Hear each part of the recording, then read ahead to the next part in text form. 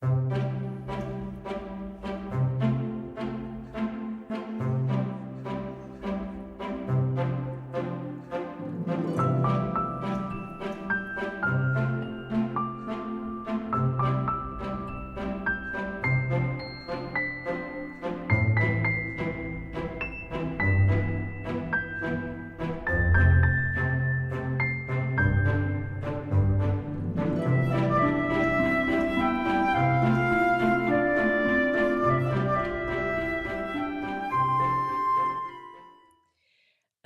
hello, and here we are for this live stream. Hello, everyone who is watching and listening for this party. I do hope you have already opened your bubbly, because we did. Teacup, cheers. Cheers. Before we also join the party. We are the guests, aren't we? Yep. Oh, yes. Just a minute before we take you to the party, dear listeners. So, yesterday was the publication date. Hooray, hooray. And cheerio to CA Farlow and Hilary Huber for publishing the Paris Contagion. And it was the perfect date, wasn't it, Teacup? Although you are questioning it. It was the 15th of March, the Ides of March. For today. For a political thriller, the perfect date, I suppose. Isn't it? Yeah, I mean, definitely. Although, dear listeners, it does not take place in ancient Rome. No. Where it takes place, let's ask the author herself. Let's join the party. And here we are at the party. Hello, ladies. Hello. And here we are. So again, cheers and Cheers. congratulations to this Cheers. to this perfect date. Before we ask Hilary to whet or your appetite, dear listeners, and read a short passage for us, CA, was it deliberate, the choice of date for the publication? I didn't have any input into the date of the publication, so no, not for me anyway. But between the Ides of March and St. Patrick's Day, and the fact that the book was in pre-order, we made it to 454 on the Kindle list for global political thrillers. So that's quite good. I'm really pleased about that. Perfect. Perfect for a perfect thriller, isn't it? Can only go up from now. Going up. And it was also the publication date for the audiobook yesterday. The audiobook is in Amazon's hands. So as soon as it'll be probably tomorrow or the next day. Yep. And they always take their time when they do all of their quality control. I see. And so for our dear listeners and for all those who are here already, we do have a comment from one of our guests who have joined us. Congratulations on the new book from Laurie Egan. Thank you for that comment. So, thumbs up. Okay. Hilary, are you ready? I'm ready. Okay, so Want me to read? Yeah, perfect. I will hand over the screen to you. Dear listeners, I give you Hilary Huber. It was after midnight in Hamhung. The faculty of the University of Chemistry and Medicine stood in a series of rows on the steps to the university's central laboratory complex. Their starched white lab coats flapped in the brisk wind. They were waiting on the arrival of the supreme leader. He was traveling from Pyongyang to see the progress of their various chemical and biological projects. This facility produced North Korea's primary chemical export. Now production was shut down due to mechanical failure at their bulk processing plant. Everyone standing on the steps knew telling Supreme Leader Park that they were no longer able to produce their monthly allotment of ice drug. was a death sentence. Methamphetamine was one of the country's major exports. The director hoped to redirect the Supreme Leader's focus away from ice drugs to several promising projects within the bioenhancement department. A mud-splattered Mercedes finally pulled to the base of the steps. The director of the university stepped down to open the rear door before the driver could exit the vehicle. Puck levered himself from the plush back seat. The scientists held their collective breath. What was coming next? Director Kwan, my incompetent driver is responsible for the delay in my arrival. He could not find a shorter route from Pyongyang. Director Kwan bowed. No need to worry, Supreme Leader. We are pleased to have you visit our facility and see our new discoveries and advances.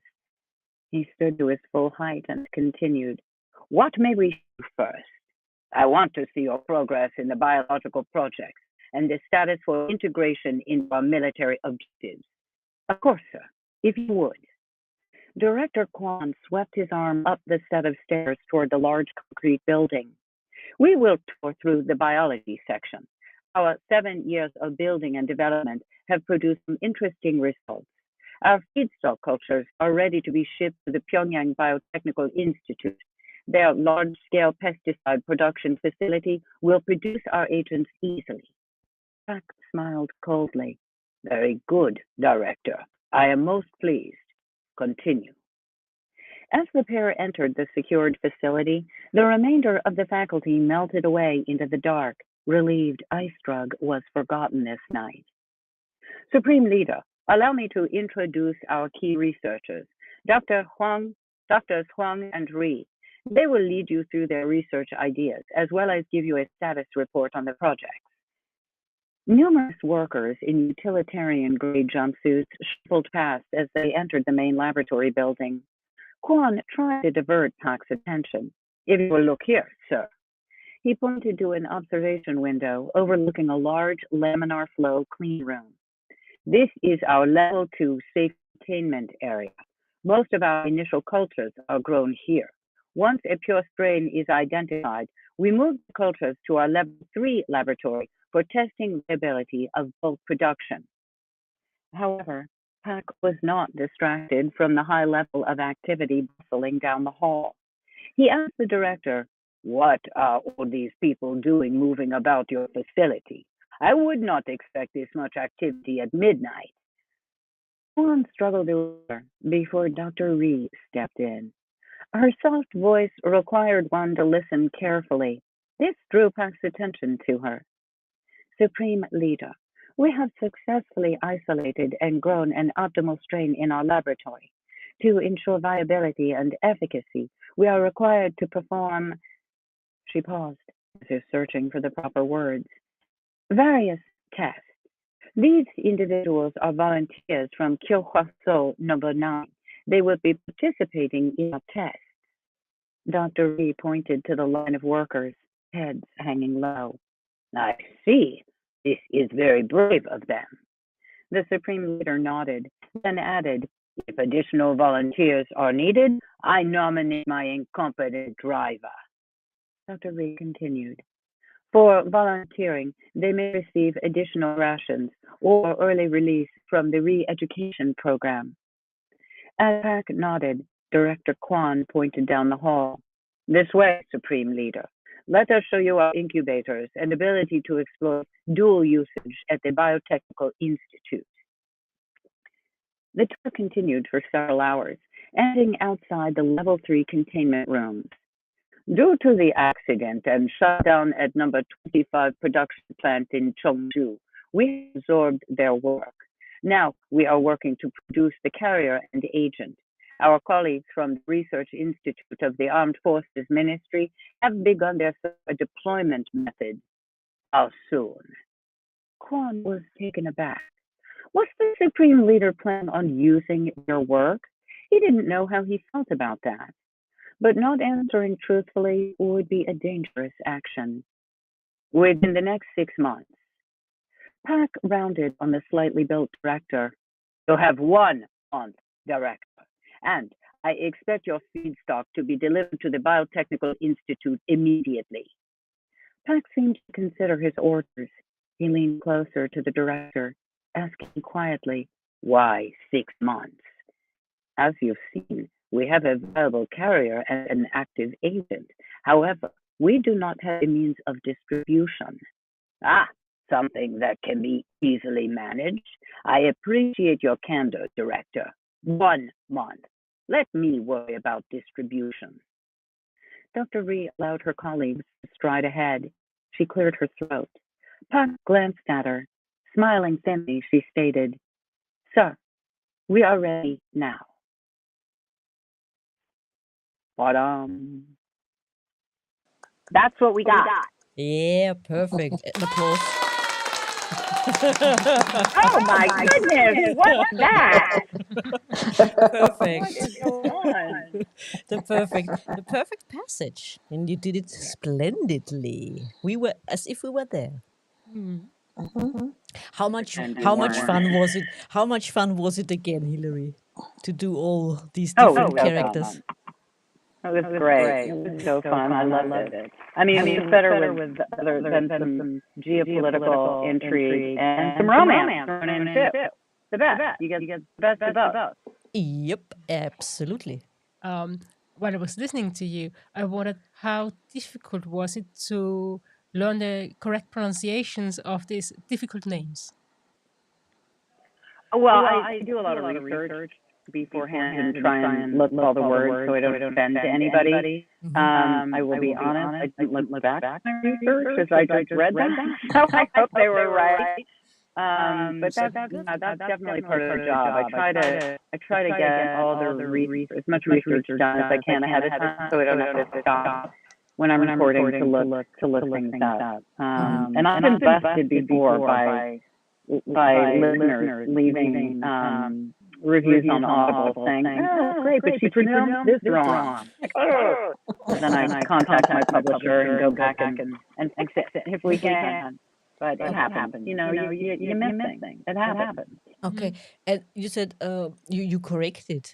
How long does that take for you to do it again or do this passage again or more passages? How long does it take, this process?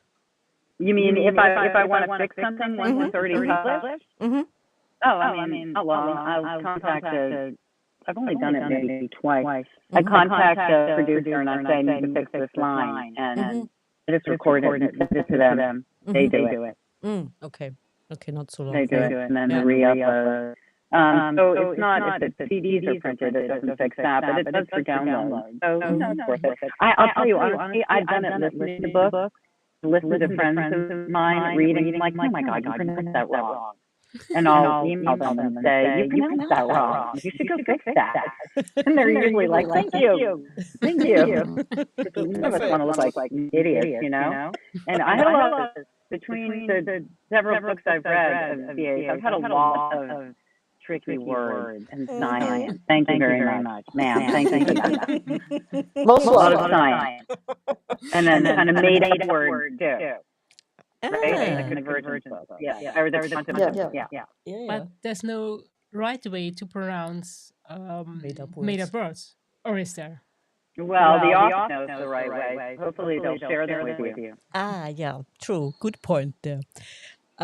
CA, your book takes us on a trip across the world.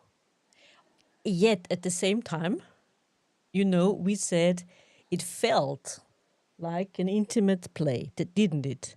I mean, although you have all these different locations and places and nations and whatnot, you still get the impression it's an intimate play, and it could be maybe not that easily, but it could still be put on stage.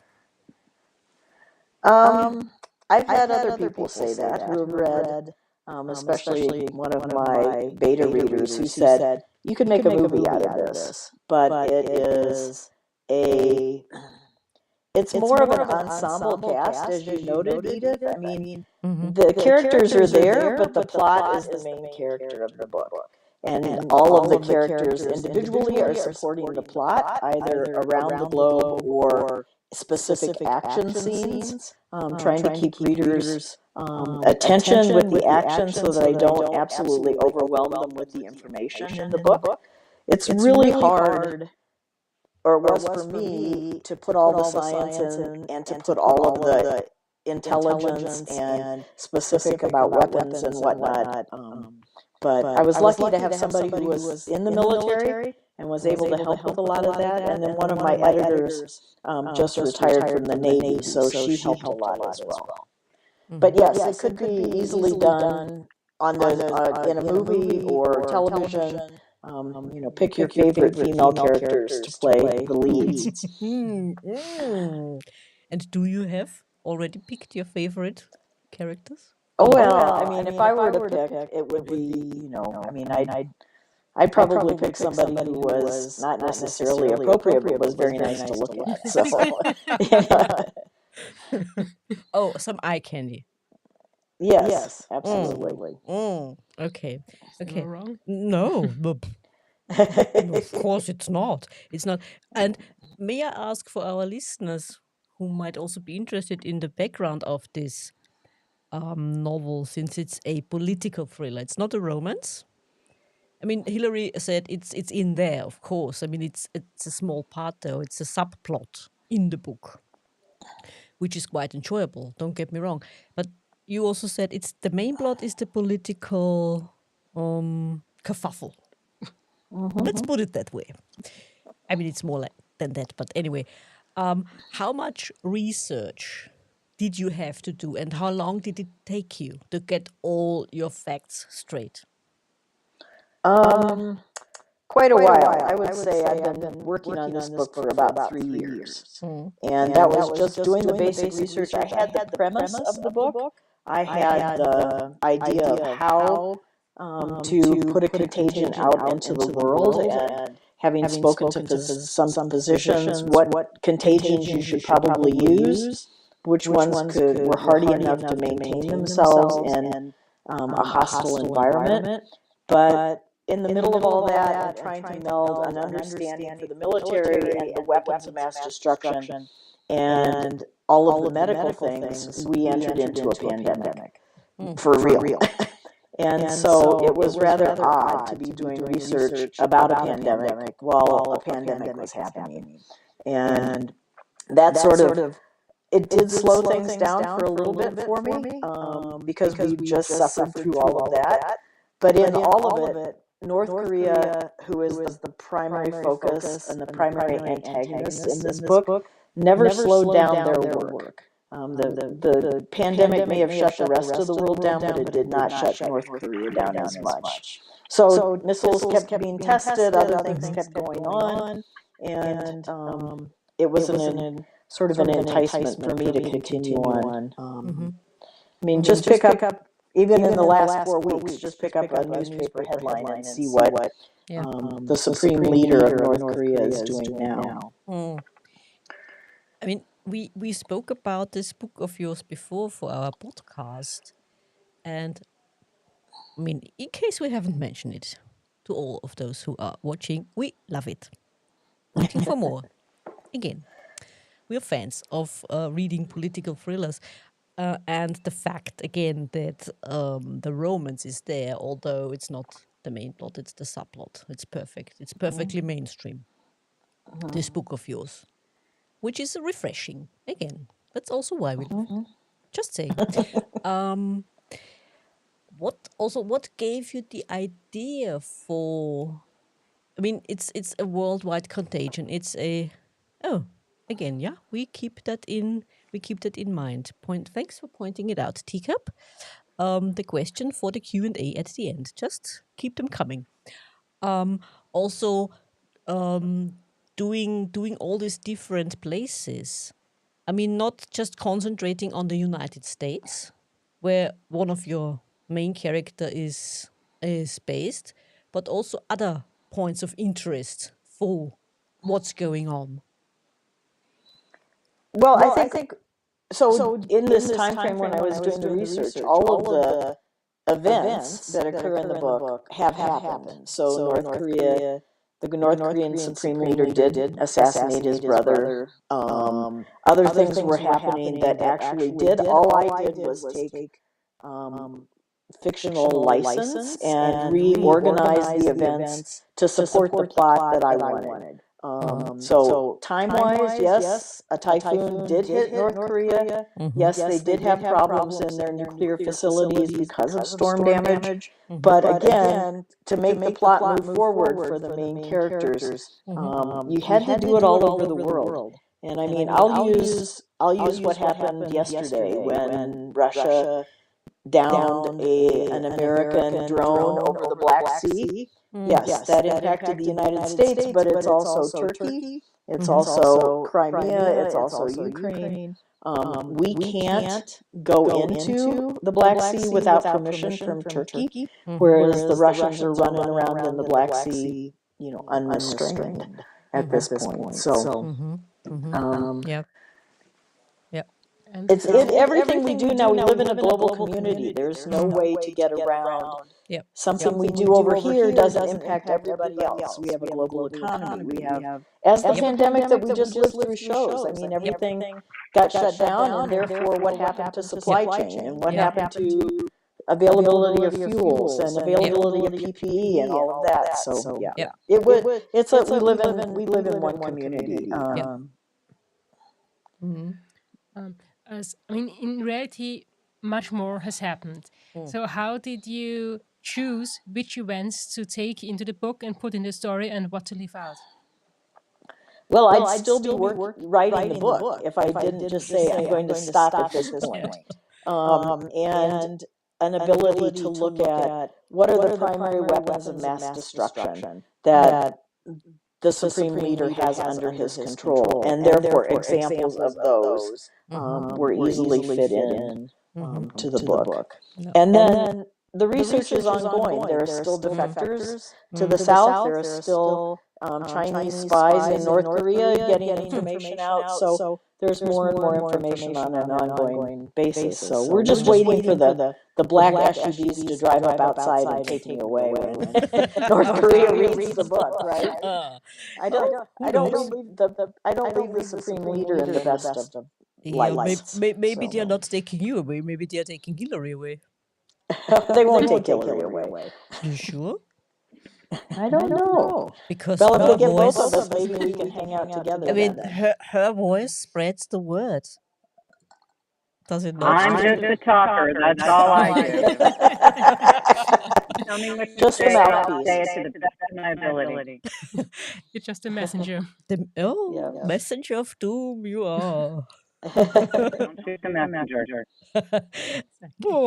It does happen though. I do think sometimes though when I'm researching a political book, for instance, I did one years ago and it dealt with Black Ops team in the Middle East, and I'm looking up words like all these Middle Eastern words and Allah, Inshallah, all this stuff, and I'm like, whoa, you think my history is trash? I'm looking up like authors who write things like that. I'm like, some big brother is looking at all these Allah Akbar, all these things that I'm looking at. So makes me think about it. You are on the list already. Yeah. Forget it. I mean, yeah, I'm on the list already. We're all on the list. You're being watched. Exactly. Yeah, we're all being watched. And reading this book, first, ask you first, Hillary, was there anything surprising for you? Be it a character or be it an event that did surprise you or caught you off guard?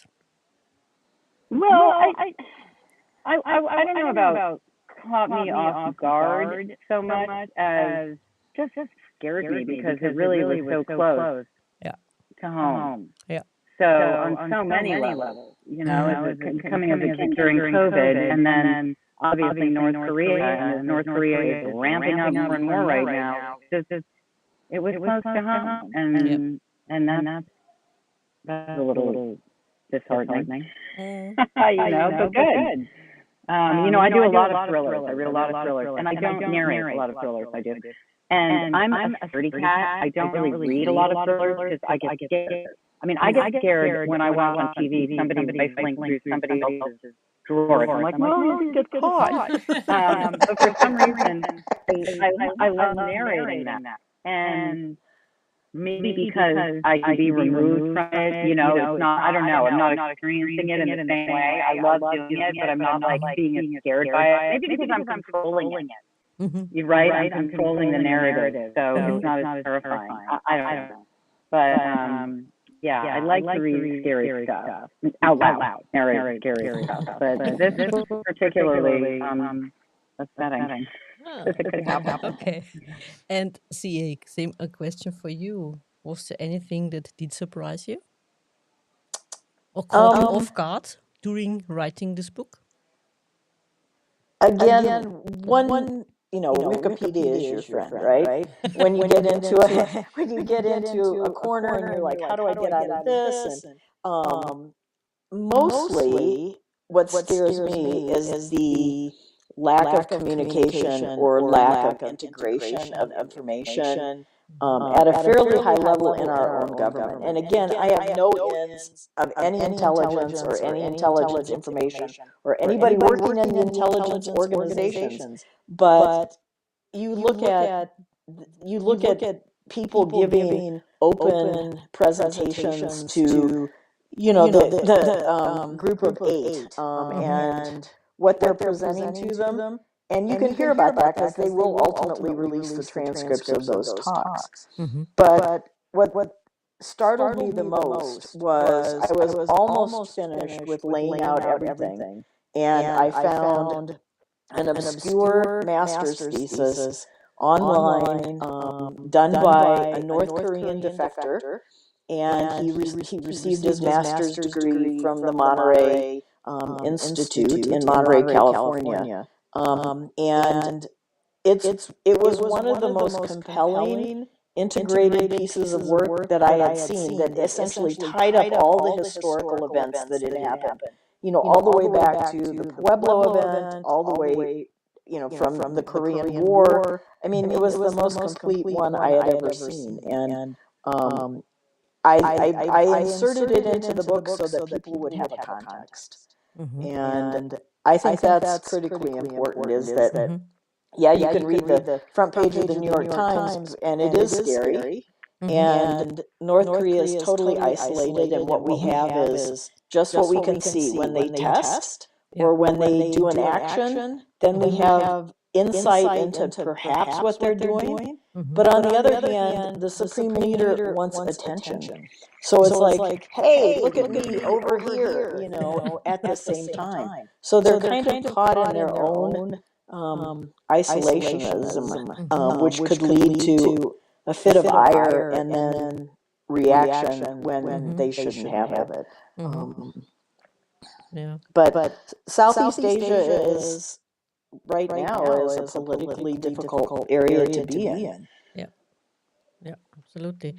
And the characters in your book, I mean, did any one of them surprise you or tell you off, maybe? I had one of the editors say to me, "Is Samantha a superhero? Has she walked out of a Marvel comic?" And she keeps doing all these amazing things, and I'm like, that's who she is. I think that was. I have a tendency to lay out in this book. I laid out the chronology of events that I needed to support the plot point of the Paris Contagion. And then I write stream of consciousness. So I'll be writing along, and all of a sudden, a character will just pop up because I need this character for some reason. That was particularly true in my first 3 books. I had no idea that the ending of the first book, or the third book, excuse me, would be the way it was, and 2 characters just popped out of the woodwork. So it is, because of that, I don't always know what's going to happen next, other than I can look at my little chronology sheet and say, oh yeah, wait, I need to do this nuclear test, or I need to have an earthquake occur, or I need to have a volcano blow up. And there we are. It happens. So Okay. And you just mentioned your timeline sheet, your little timeline sheet. So, am I to believe that you do not have a big board in your office to keep yourself and your timeline straight? Because there's a lot going on in this book with time. And like we said before, all these different locations and places and what we said, world time. I mean, my best friend is World Time Buddy, not just Wikipedia. And yet I'm always nervous to get the time wrong because, time difference and so on. and then we changed time, so that makes it even worse. But don't so remind me. my timeline started out on a piece of A4 paper, and I ended up with about 6 of them taped together because I kept adding, wait, I've got to do this and I've got to do that, and so that I wasn't writing in mouse type. I was able to see what was happening. It ended up quite long. It isn't quite wallpaper yet, but it is a roll of events, that's for sure. Ah, okay, I see. As you wrote the book during the pandemic, and people got a bit of understanding about how contagion of viruses works. Did that influence the way you portrayed it in the book? What influenced me the most was right at the beginning of the pandemic, Walter Isaacson's book, The Codebreaker, came out about Jennifer Doudna, who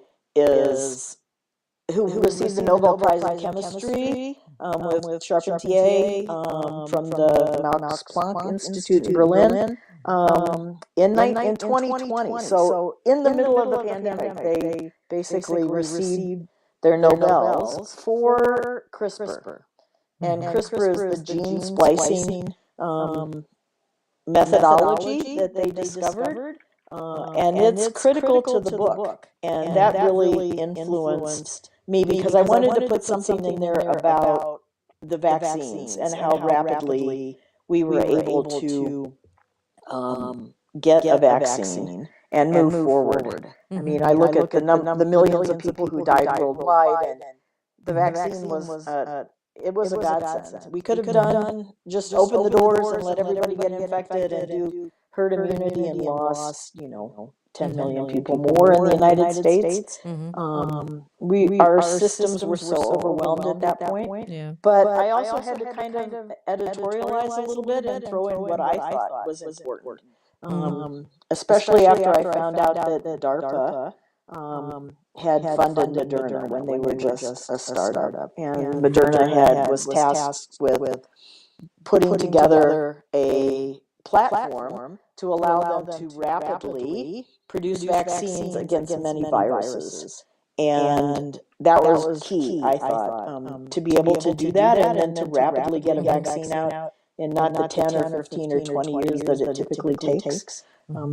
Probably saved the world's economy, if nothing else. So. Yeah. But that's what we're going to be facing in the future is we're losing biodiversity, we're encroaching on more wild areas, animals who have already carry viruses with them are going to come into contact with humans, and more viruses are going to be trans-species and available. But all that does for an author is mean I have lots of stuff to write about because we can always do the next book. Absolutely. Which already has a title, by the way. Ooh. Are you allowed to share it with us? Of course. So the next book is going to be called Designer Genes, and not blue jeans, but GENES. So, Still a good title. Oh, absolutely. I mean, Yeah. but how hard A really was it good title. And another scary one, to be honest. Yeah. That's It why is you going to gotta be buy it. scary. Yeah. I mean, the Paris Contagion was already scary. But it draws you. Yeah, It draws you to the book. absolutely. And how hard was it for you, CA, to rein in your nerdy side? It's always hard for me to do that because my nerddom lives front and center to everything that I do. And all you have to do is read one of my other 3 books and say, whoa, this is a lot of science, or this is a lot of information. I have a copy of an Amazon review that was submitted for one of my prior books. And I had a big tussle with my first editor about there's way too much science, you got to take all the science out, you got to dummy down, blah, blah, blah. And I had, I didn't. And a reviewer wrote, thank you so much for making us think. Yes. And you didn't make it 6th grade science, and I had to look up words, and I totally appreciate that. Yes. So I have an expectation that if you want to read the book, then you can do the research, and or the research is there in this book, and you can carry on. Exactly. Because after the research is done, then somebody's going to almost die in an airplane crash. So there's lots of action interspersed. Exactly. And I mean, even if you do not want to do the research, I mean, you can absolutely enjoy this marvelous book. Yeah. I mean, there's nothing keeping you from enjoying it, to be honest. I hope so. No. No, I mean, one can follow this when story. when I first outlined the book, at the top of the page I wrote, Tom Clancy meets Michael Crichton. And if you think about their books, I tried to blend kind of both of those pseudo-genres together a little bit. I love Tom Clancy. Michael Crichton is good. Some of his things are awesome. But again, I think pick up the New York Times or pick up whatever paper, the London Times, and you've got to have at least a basic understanding to be able to read the articles. So, Yep. and a well-educated populace is one who can make the best decisions. And then I'll get off my soapbox. Yes, exactly. And do not underestimate your readers, or in Hillary's case, your listeners. I mean, don't do that. Why would you? And dear watchers, is it a word, watchers? Sounds like Weight Watchers now. Listeners, Vampire Slayers. yeah. Okay, you said that those who are joining us here and want to grab a signed copy of the Paris Contagion, or you said a sort of voucher or coupon for the audiobook, please do so. Everyone who's watching, you can find underneath our picture the email address. They can email our lovely author here, and she will send you a copy, a signed copy of the Paris Contagion, or a coupon of the audiobook, the audio version of the book. Exactly. I mean, we said it is an ensemble cast, it is an intimate play, more or less. I mean, where are we going from there? Will the next book also, you've planned more already in this series. Will we continue this way? Because it works perfectly. Well, I think you just have to, again, sort of pick a central theme, which I have for Designer Genes. And then all you have to do, as I said, is pick up the newspaper and pick a line and then go from there. The technology is there. I mean, think about Pegasus. Pegasus is a spyware that was written by the Israelis and distributed by a for-profit company, a for-profit Israeli company. That made basically a person who has the Trojan horse doesn't even need to touch your phone. They can walk by you on the street and transfer the Trojan horse into your phone. And all of us live on our phones, right? Everything we do, our email, our banking, everything we do. This Trojan horse is almost impossible to find, but yet it allows them to take total control of your phone, the microphone, the camera, everything. It was supposedly to be used with terrorist groups. And there's a question that the way Khashoggi was caught in Turkey was because of Pegasus. So just right there is open Pandora's box. There's 1,000 things you can do with that. But I think if you read it in a paper, in the news, it's news. But if you put it in a story like you do and spread it out, it seems much more scary.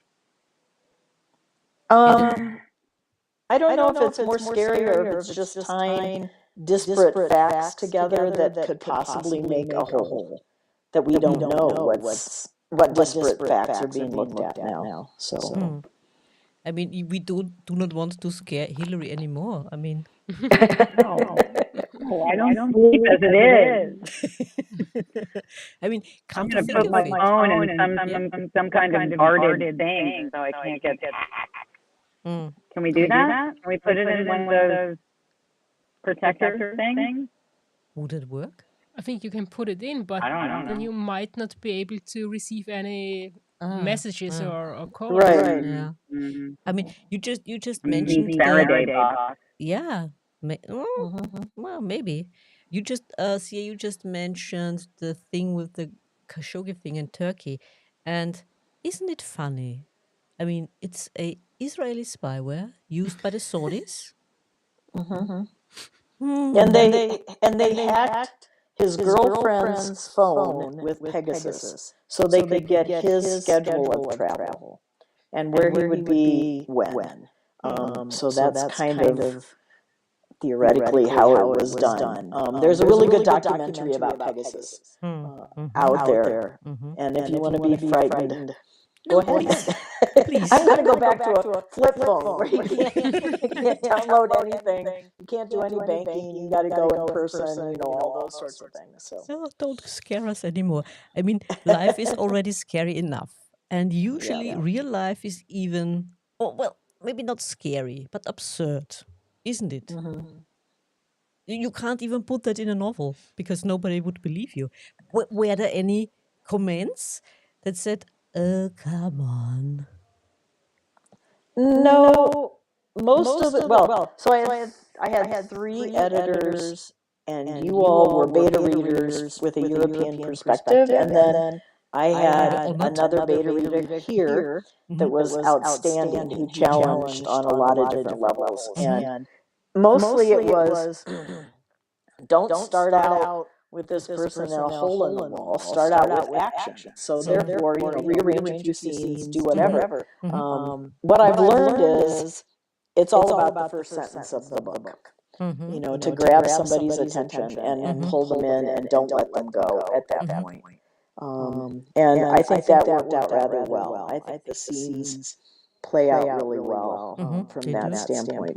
But it's information and then action and then information and some more action and more action. And I think all of it is pretty plausible. Yeah, it is. That's the scary part.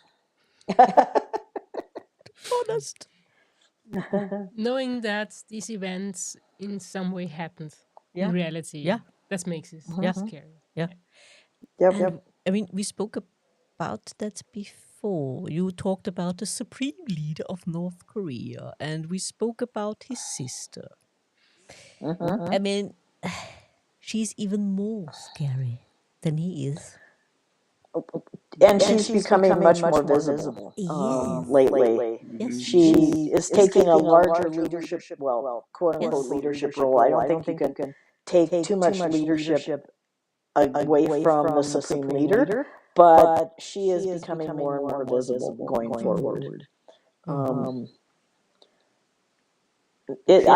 North Korea is, since 1948, is an enigma in the world, and they survive barely. Their populace survives barely, but they trade, and right now they're arming Russia.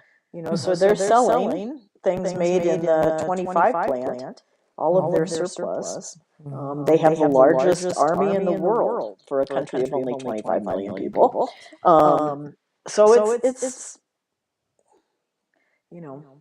the death by 1,000 pinpricks, or is it just we're going to set up a nuclear weapon and be done? I don't know. Is it a bit like Sparta, although with a different attitude?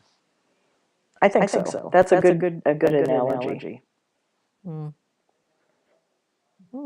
Just came to mind when you said a small country, a small population, yet this huge army.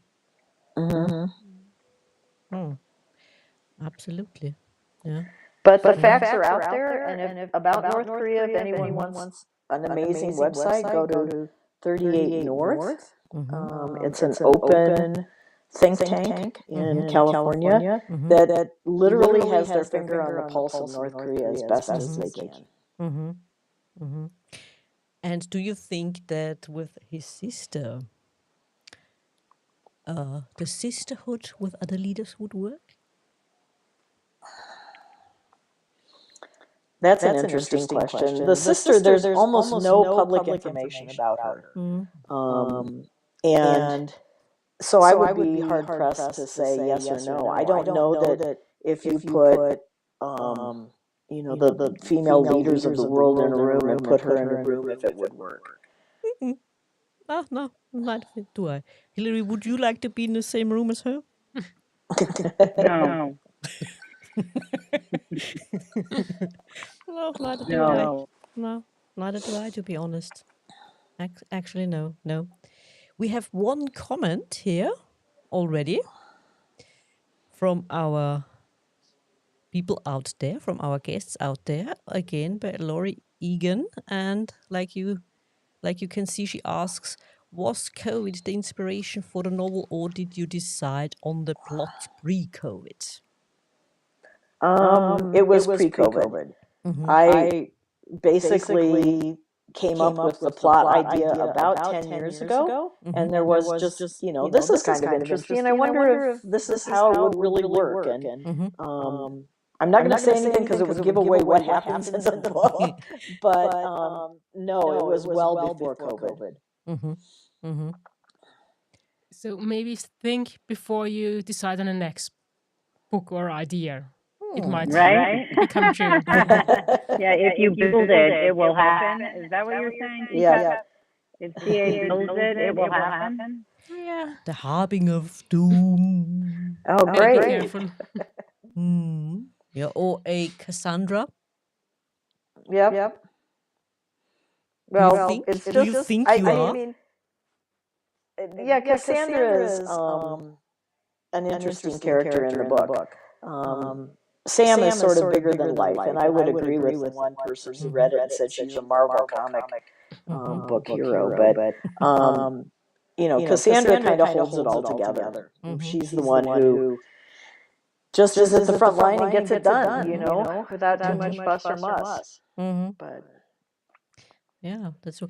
I mean, you said before that all the different beta readers, we had the pleasure and the honor of being one with a little bit of input, because you said the European point of view.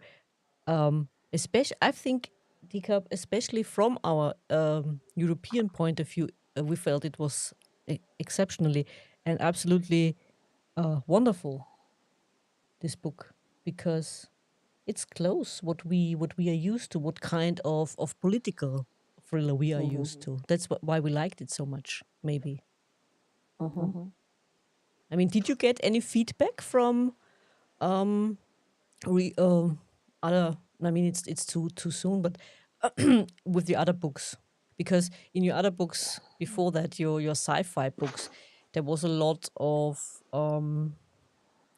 allusion to European traditions and so on. Did they receive it differently? Yeah, I think one of my beta readers said she had read all the first 3 books, and then she read this one, and she said, if I just didn't know better, and your name wasn't on the cover, I would have assumed 2 different people wrote those books, because it was... anyway. A question, a note by phone, brought in by phone. Tell us. From Your party. we're having a party in the other Yes. room, and I just got a little Question? Okay. on a piece of paper. Yes, So it let us know. says, "Will we hear about any of these characters in the next book?" Yes. Will we? Oh. So that's pretty straightforward. Yeah, I think again, because the plot is the main character and it's an ensemble cast, I could bring people forward without too much struggle. Yeah, absolutely. And Will there be other characters who play a major role? or a bigger role in the new book. I don't know yet. That's a good question, though. I mean, absolutely something we look forward to. And I'm sure Hillary is going to read. Read on and on. She is. Yeah, and I've sent whether she likes it or not, right? Yeah, she has to. So I love job security. That's what I'm hearing. Yeah, perfect.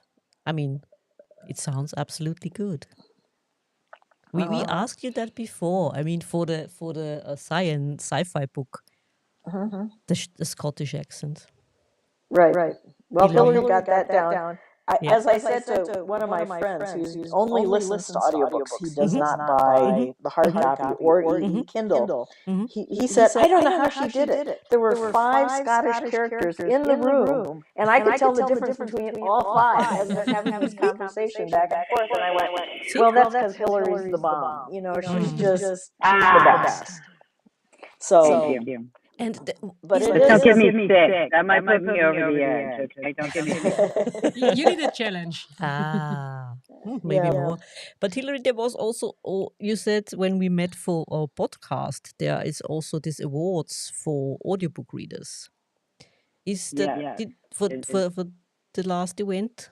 Did it already happen, or will it happen? No, it's happening. In 2 weeks. Oh, 2 weeks. I go to a conference in Atlanta on Wednesday next week, and then I go to New York on Sunday, and our award show is Tuesday night. It's like our little version of the Oscars. It's called the Audies. And how many will you get? I don't know. I have too many nominations, but multi-cast books, not big ones. But I'm excited to see my friends. We've been all, been together, obviously, for years. So, yeah, it'll be fun. It'll be fun. Yeah, we keep our fingers crossed. Good luck for that. Thank you. Thank you. Will it Well also- deserved. Yeah, absolutely. There will be no streaming of the event, will there? There actually is a streaming of the event. Okay. Yeah, there is. Okay. They put on a pretty big show. Yeah, it's called the Audies. It's streamed through the audio publisher. I might be on YouTube actually. The Audio Publisher Association is the organization who hosts it. So their email is audiopub.org, and that's where all the show is. So if anybody wants to stream it, they can watch it there. Another award show. We all Exactly. congratulate each other. Exactly. And then another reason to drink some bubbly. That's right. Pardon? And another Oh, I'll be another drinking plenty reason. of bubbly then. To get more Like we bubbly. need a reason. Do we need a reason? No. It's I mean, 5 come o'clock, on. just a reason. I mean, we certainly don't need a reason. We are Europeans. No. We never But, need a I know, I reason. but like it's it, always yeah. nice to have a reason. It's nice to have a reason, but we don't need a reason. I mean, No. You're thirsty? yeah, always. I mean, It's thirsty. That's a reason. yep. I mean, we are thirsty. Yes. What do we have here? Oh, I mean, and it's pink too. Yes. Is it pink? Yes, Yeah, it it's a is. rosé. pink. I love it. It's rosé, just for the occasion. Of course. Come Very on, Kika. festive. Yeah, absolutely. I mean, dear listeners, dear watchers, not Weight Watchers, we don't need to watch our weight, do we? Okay. You always do that tomorrow. I don't do that tomorrow because CA already said tomorrow is St. Patrick's Day.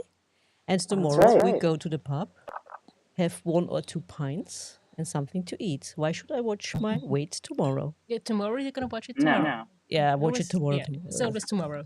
Yeah, that's always tomorrow. Tomorrow. Dear listeners, any more questions for our lovely author and narrator? I'm sure there is more you would like to know. Come on. More questions. Don't be shy. Don't be shy. Don't be shy. Come on. Let it out. Let it out.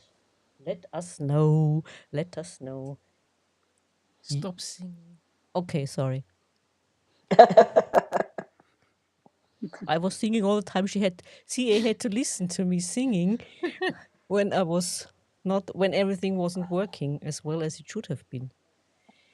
Oh God. No singing. Stop it. That's okay. So we can the next book in the Nexus series is called Quantum Time, and so we'll really totally geek out about more Einsteinian theory and what happens. The time is really relativistic, so it depends on where you're standing and where you are in the gravity well. Well, that opens another can of worms because since when we look who or which film won the Oscars, the question of the parallel universes. Yep. Well, everything, everywhere, all at once. That's true. Yep. I mean, it's a theory that was thought about not only by Stephen Hawking, and I mean he was one of them. It has merit. Well, I think it does. Again, it's a lot of physicists in today's world are trying to find the theory of everything, right? So they're trying to meld quantum mechanics, which is the theory of teeny tiny things, with general relativity, which is the theory of things on galaxy size, universe size scale. So how do you get the two things to go together? Is it string theory? Is it some bizarro, do we live in a hologram? Do we, have multiple multiverse that things are happening everywhere all at once? It could be, and different things are occurring depending upon what the protagonist is doing at the time. But it's they're getting closer and closer. No, I don't know that we'll figure it out in my lifetime, but maybe, and that would be interesting. Yeah, who knows? So. I mean, figuring it out. I mean, also having proof. I think so. I mean, having proof is what kind of proof? Do you make a wormhole inside of a quantum computer and move qubits of information from one point to the other and say, okay, well, now we know wormholes exist? Or do we really have to go out and find the wormhole or find a way to sever the fabric of space-time? And ultimately, it is about space-time. We all live on that fabric, and we're impacted. Space-time creates gravity, and not Newtonian gravity, but Einsteinian gravity. So we'll see. Yeah, we'll see. And maybe the Time Lords are also real. What about Perhaps. Ooh, or the Daleks. Yeah. The Matrix are us. Yeah. Who knows? The Doctor. That's right. Who knows? Yeah. Who knows? I don't know. Wouldn't that be fun? That would be fun somehow. One way or the other. No. Depends. No. Cybermen. Depends. No. I Cybermen. look at some people today. They are Cybermen. Yeah. They behave like them. Definitely. Men in Black. Yes. And that as well. Yes. Yeah. Yes, the man in black or in grey suits. Depends who you ask. Yep. That's right. Oh, dear listeners, we are slowly coming to an end. No more questions from you. Oh, come on. But do not forget, there's still people out there, so just let me show you again. The email, the first 5 get lucky. They get a signed copy by the author, and don't miss the chance to get a coupon for the audiobook. Please contact the author via this email, and she will send you the signed copy. And also, may I say, You should grab the chance. yeah, you should grab the chance, and the cover also looks perfect. Well, and the one thing I do have to show you is this. So everybody, can we? I don't know if you can see it or not. 1956. The first Ooh. issue of the Batman comic where Ooh. Batgirl appeared.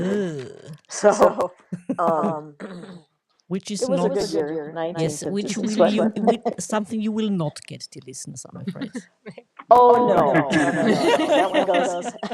That one goes back in the safe. So, but Yeah. no, it's interesting where I get my my ideas from. So Okay. Not just the New York Times. that's right. Okay. Anything else you would like to add, ladies? I'd just like to thank you so much, guys, for doing this. This has been awesome, and I appreciate all of the effort that went into it. So thank you. You're most welcome. It was an absolute pleasure and an honor to do that. Let's forget about all the trouble we had before with the equipment. It We worked. got it. It worked. In the end, it worked Yep. out wonderful. And I would like to thank you, ladies. And it was wonderful. And the listeners also, we wish you a happy and nice day. And enjoy the book by CA Farlow and the audiobook by the lovely narrator Hilary Huber. Okay, until Awesome. next time. Thank you, everybody. Nice to meet you all. Thank you. Thank you. Thanks, guys. Okay, so we are on for our